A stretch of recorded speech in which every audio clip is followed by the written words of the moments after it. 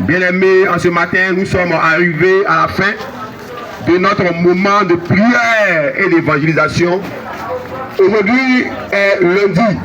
Et en ce lundi qui marque le début de la semaine, nous venons d'abord, avant toute chose, avant de vaquer à nos occupations, nous venons d'abord mettre toutes choses entre les mains de Dieu.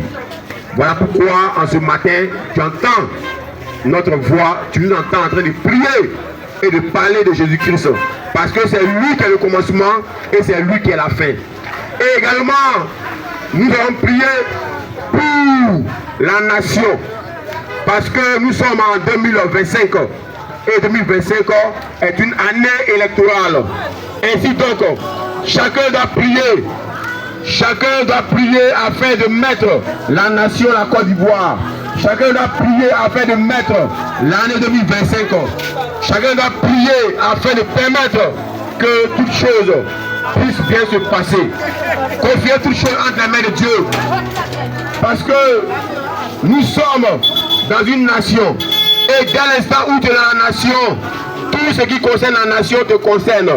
Parce que tu ne peux pas prendre en considération les choses qui se passent dans la nation en pensant que ta nation est ailleurs, ton pays est ailleurs.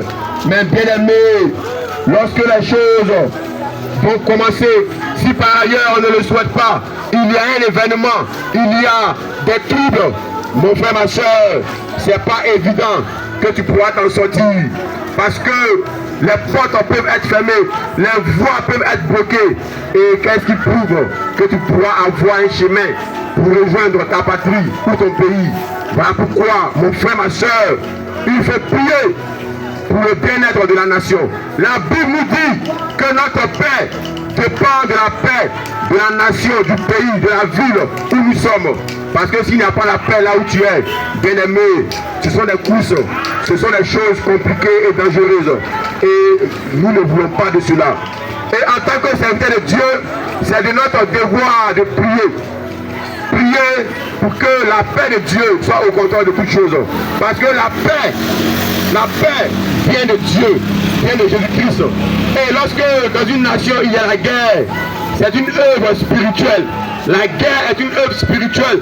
Voilà pourquoi tu vas voir la plupart des personnes qui sont engagées dans les combats ont des amulettes, ont des gris-gris, se lavent, ont des médicaments par-ci par-là. Parce que la guerre est une œuvre spirituelle, ainsi que la paix également. Voilà pourquoi ce matin, nous prions pour la paix. Parce que la Bible nous dit que Jésus-Christ est le prince de paix. En dehors de Jésus-Christ, mon frère, ma soeur, il n'y a pas la paix. Tu peux voir une personne qui peut avoir une belle allure, qui peut être enviable, qui peut avoir tout ce qu'un homme peut vouloir et envier ou désirer. Mais si cette personne n'a pas la paix, bien aimé, cette personne peut paraître beau ou bien belle, peut paraître belle aux yeux des hommes. Mais mon frère, à l'intérieur, s'il n'y a pas Jésus, il n'y a pas la paix. S'il n'y a pas Jésus dans une vie, il n'y a pas la paix.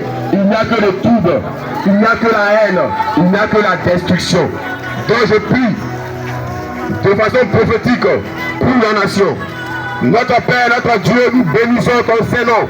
En ce matin, l'objectif principal est de prier pour que notre pays, la Côte d'Ivoire, puisse connaître ta paix et ta joie. Et que ce n'est Dieu, tout ce qui est plan, programme des ténèbres organisé dans le secret afin de surprendre les âmes innocents et les conduire en enfer dans les lieux arides et les esclavagiser, que ces plans soient anéantis au nom de Jésus. Notre Père, notre Dieu, que ton sang coule afin de désactiver tout ce qui est plan maléfique qui a été activé afin de pouvoir créer la distraction et le trouble. Que ta main puissante soit au contrôle de tout. Seigneur Dieu, nous savons qu'en Afrique, lorsqu'on dit élection, c'est simplement des troubles qui à l'horizon se préparent. C'est simplement des tricheries qui à l'horizon se préparent. C'est simplement des sangs, des innocents qui seront versés pour un rien. Et les acteurs finiront toujours par se réconcilier. Et la population sera toujours dans la pète, dans l'angoisse.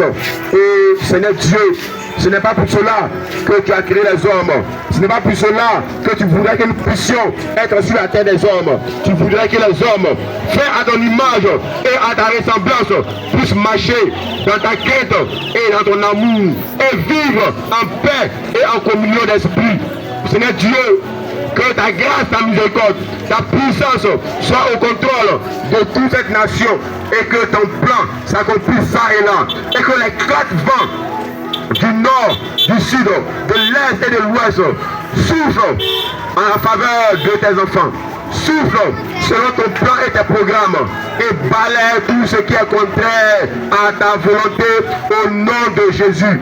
Notre Père, notre Dieu, que le ciel et la terre soient favorables pour tes plans et tes desseins et que, Seigneur Dieu, toute barrière cosmique, tout esprit de limitation, tout ce qui est chaîne ou muraille afin de barricader tes plans, tes programmes, tes enfants, soit renversé, soit brisé, soit percé, soit détruit par le sang de Jésus-Christ et par la parole de notre témoignage.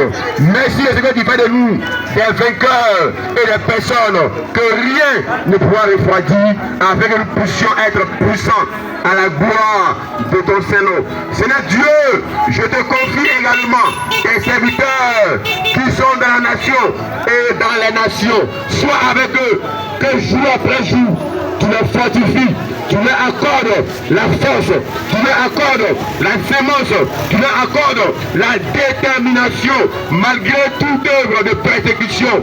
Tu leur accordes, Seigneur Dieu, d'avoir les yeux fixés, non sur les récompenses terrestres, mais sur plutôt la récompense céleste qui est éternelle. Merci Seigneur Dieu pour la puissance de l'évangile et de l'évangélisation qui part comme un vent impétueux et qui renverse les barrières de la distraction, les barrières de la haine et qui établit le règne de Jésus-Christ.